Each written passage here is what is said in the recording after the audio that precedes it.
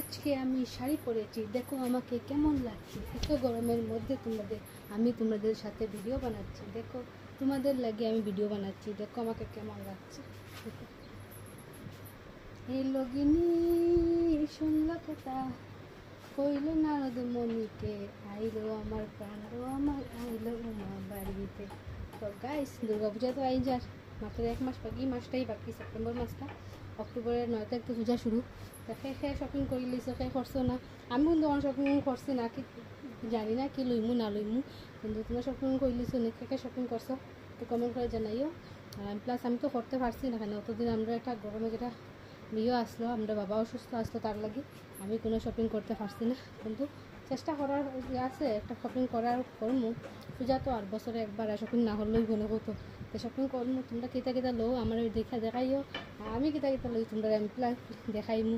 ঠিক আছে, তো তোমরা সাথে রিকোয়েস্ট, আমার ভিডিও যদি ভালো লাগে তোমরা লাইক করিও, আর কিছু না। আর আমাকে শাড়ি পরে কেমন লাগছে সবে জানি না, সে আমার বালা পায় শাড়ি পরতে না বালা পায় যাই না, কিন্তু আমি জানি আমার শাড়ি বলতে আমার খুব ভালো। কিন্তু এটাই সত্য কথা, এটা আমি শাড়ি খুব ভালো পাই।